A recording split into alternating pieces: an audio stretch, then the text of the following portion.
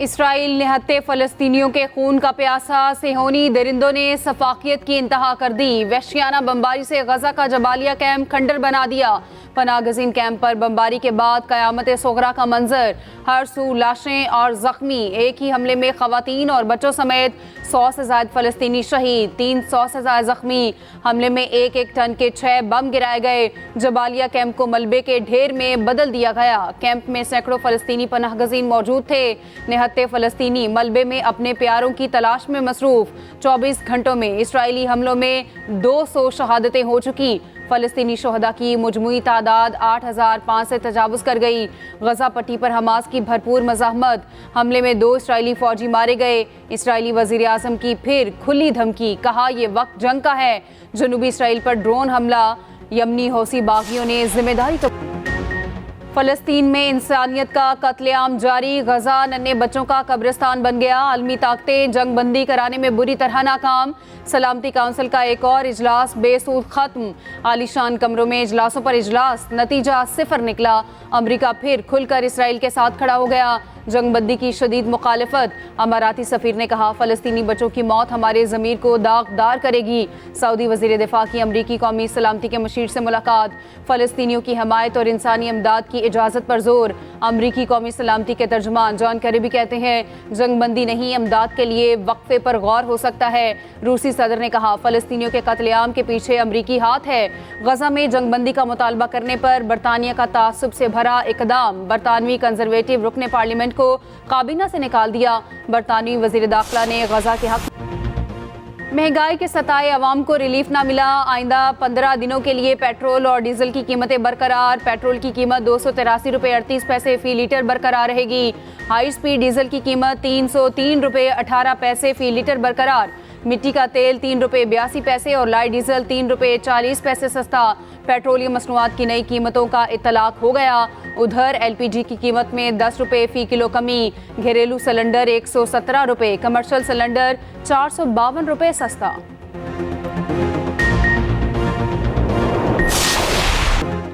Cricket world cup में पाकिस्तान की बांग्लादेश के खिलाफ कामयाबी। सेमीफाइनल में पहुंचने की उम्मीद बरकरार। शाहीनों ने मुसलसल 4 शिकस्तों के बाद पहली फतह हासिल की। बांग्लादेश को चारों शाने चित कर दिया। बंगाल टाइगर्स को 7 विकेटों से बासानी हरा दिया। 205 रन का हदफ 33वें ओवर में पूरा कर लिया।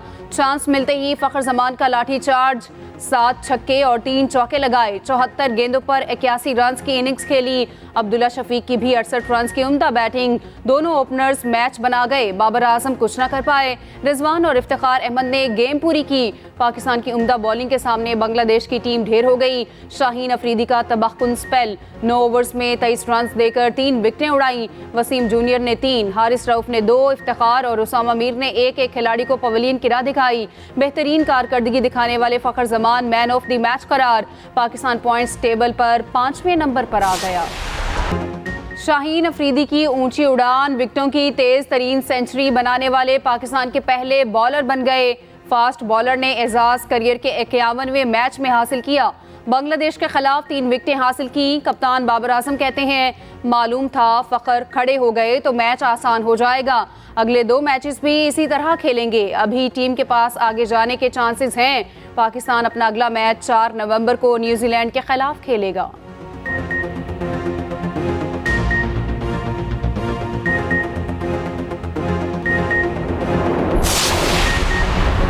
साबिक चीफ सेलेक्टर इंजमामुल हक के खिलाफ तहकीकात का आगाज। PCB की 5 रुकनी इंक्वायरी कमेटी ने काम शुरू कर दिया। इंजमामुल हक को ना बुलाने का फैसला। इंक्वायरी कमेटी 5 दिन में रिपोर्ट PCB के हवाले करेगी।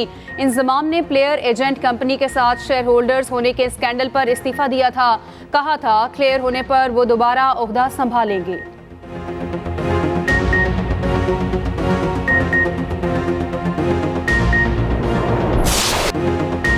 हुकूमत की दी गई मोहलत खत्म। गैर कानूनी मुकीम गैर मुल्कियों के खिलाफ एक्शन का वक्त। कराची में गैर कानूनी मुकीम मजीद 4 तारिकीन वतन गिरफ्तार। पकड़े गए अफराद को उनके मुल्क वापस भिजवाया जाएगा। गैर कानूनी तारिकीन के लिए मुल्क भर में कैंप्स कायम, तमाम बुनियादी सहूलियात मौजूद। 1,04,000 से ज्यादा गैर कानूनी मुकीम अफगान बाशिंदे वापस जा चुके। निगरान वज़ीर आज़म अनवारुल हक काकड़ का कहना है, गासिब रियासत की तरह गैर मुल्कियों की इमलाक पर कब्जा करना हमारा मकसद नहीं। दुनिया का कोई मुल्क बगैर दस्तावेज रहने की इजाज़त नहीं देता। रजिस्टर्ड अफगान मुहाजिरीन को वापस नहीं भेज रहे। निगरान वज़ीर दाखिला सरफराज बुगटी का कहना है, गैर कानूनी मुकीम तारिकीन के सहूलतकारों के खिलाफ कार्रवाई होगी। दहशतगर्दी के मुतादिद वाक़यात में अफगान बाशिंदे मुलव्विस पाए गए। मौलाना फजलुर रहमान का अफगान हुकूमत से मुज़ाकरात का मशवरा, कहा अफगान हुकूमत को एतमाद में लिया जाए, गैर कानूनी तारिकीन की वापसी का तरीक़ेकार तय किया जाए। कानूनी तौर पर रहने वाले अफगानों को भी ब्लैकमेल किया जा रहा है। इस तरह के इक़दामात से ताल्लुकात पर मनफी असरात मुरत्तिब होंगे। दो तरफ़ा मुज़ाकरात के मसले को संजीदगी से हल किया जाए।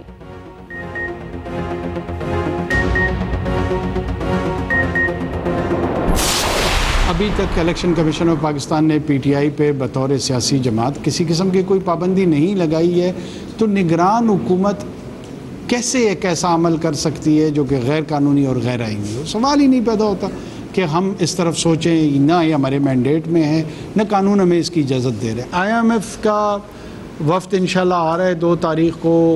हमने अपने टारगेट्स अचीव किए हैं, revenue targets are being met, तो वी आर क्वाइट कंफर्टेबल कि हमारे उनके साथ negotiations for the second tranche वो बहुत सक्सेसफुली कंक्लूड हो जाएंगे। इंतखाबात की तारीख इलेक्शन कमीशन देगा, हुकूमत लेवल प्लेइंग फील्ड यकीनी बनाएगी। निगरान वज़ीर आज़म अनवारुल हक काकड़ का कहना है, चेयरमैन पीटीआई के वफादार इलेक्शन लड़ सकते हैं, इससे ज़्यादा लेवल प्लेइंग फील्ड क्या की यकीन दहानी क्या कराएं। अभी तक इलेक्शन कमीशन ने पीटीआई पर बतौर सियासी जमात पाबंदी नहीं लगाई। निगरान हुकूमत पाबंदी लगाकर क्यों गैर आईनी गैर कानूनी काम करेगी? ना ये हमारा इख्तियार है, ना कानून इसकी इजाज़त देता है। सियासी जमात पर पाबंदी का सवाल ही पैदा नहीं होता। वोट डालने के लिए जितने आप बेचैन हैं उतना मैं भी हूँ। चाहते हैं मुल्क में मुस्तकिल हुकूमत आए।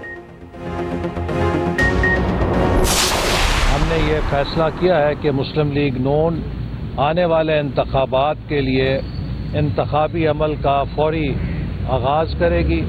10 नवंबर तक कौमी और सूबाई असम्बली के उम्मीदवारों से पार्टी के टिकट के लिए दरख्वास्तें हासिल की जाएंगी। कायद नवाज शरीफ ने यह भी फैसला किया है कि वो 4 सूबों का भी अनकरीब दौरा करेंगे और वहाँ पर मुस्लिम लीग नून की क़यादत के अलावा मुख्तलिफ शोबाए ज़िंदगी के अफराद से भी मुलाकातें करेंगे।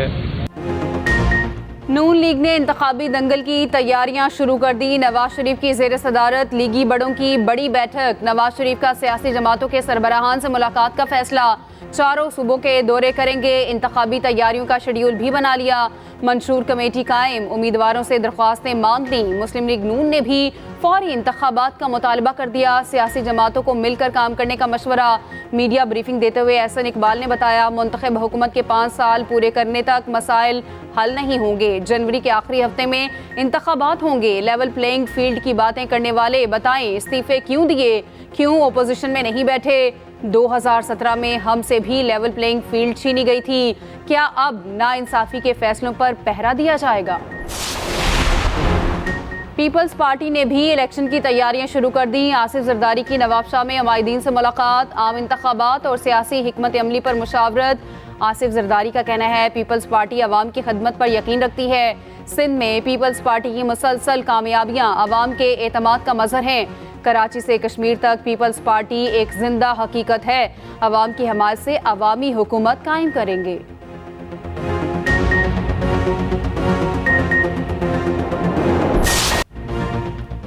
नैब तरमीम के खिलाफ अदालती फैसला मुअत्तल करने की इस्तदा रद्द। एहतसाब अदालतों को किसी भी मुकदमे का हतमी फैसला करने से रोक दिया गया। सुप्रीम कोर्ट ने रिमार्क्स दिए, फरीकैन को सुने बगैर इस बारे में कोई हतमी या अबूरी फैसला नहीं किया जा सकता। वफाक की तरफ से दायर इंट्रा कोर्ट अपील में भी ऐसी इस्तदा नहीं की गई। दरख्वास्त गुजार चेयरमैन PTI को नोटिस, जेल में दरख्वास्तों की नकूल फराहम करने का हुक्म। चीफ जस्टिस की सरबराही में नैब तरमीम के खिलाफ इंट्रा कोर्ट अपील की समाअत। चीफ जस्टिस ने हुकूमती वकील से कहा, इंट्रा कोर्ट अपील में लिखा है केस प्रैक्टिस एंड प्रोसीजर के तहत 5 रुकनी बेंच ने सुनना था। इस नुक्ते पर मुतमईन कर लिया तो अपील के मेरिट्स पर नहीं जाएंगे। ऐसी सूरत में हम तरमीम के खिलाफ दरख्वास्तें बहाल करके नया बेंच बना देंगे। चेयरमैन PTI का कहना है स्लो पॉइजनिंग हो रही है, घर का खाना नहीं दिया जा रहा। PTI के वकील आफ्ताब बाजवा की गुफ्तगू, कहा स्लो पॉइजनिंग वाले मामले पर तिबी मुआयना कराएंगे। साइफर केस की अडियाला जेल में समाअत, 10 गवाह पेश, बयान रिकॉर्ड करने का मामला फिर मुलतवी। आइंदा समाअत सुबह 10 बजे होगी। हर समाअत पर 3-3 गवाहों के बयानात और इन पर जरा होगी।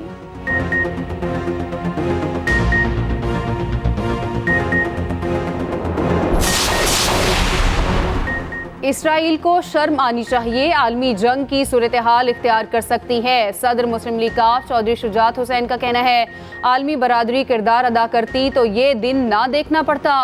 मगरबी ममालिक इसराइल की तरफदारी छोड़ दें, जल्द अज जल्द जंगबंदी की कोशिशें करें।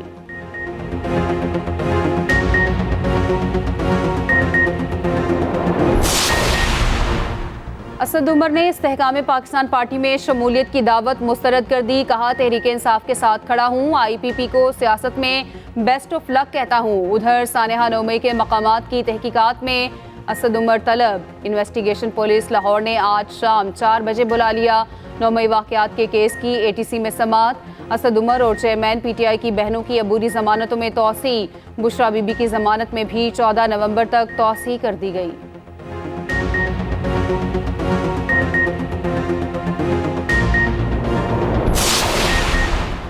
इस्तेहकाम पाकिस्तान पार्टी की एक और कामयाबी, तहरीक इंसाफ के साबिक वफाकी वजीर गुलाम सरवर खान IPP में शामिल। जहांगीर तरीन और अलीम खान से मुलाकात, क़यादत पर भरपूर एतमाद का इजहार किया।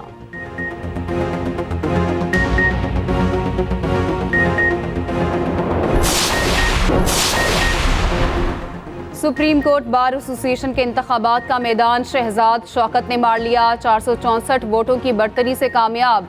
गैर हतमी गैर सरकारी नतीजा आ गया। आसमा जहांगीर ग्रुप के हिमायत याफ्ता शहजाद शौकत को 1706 वोट पड़े।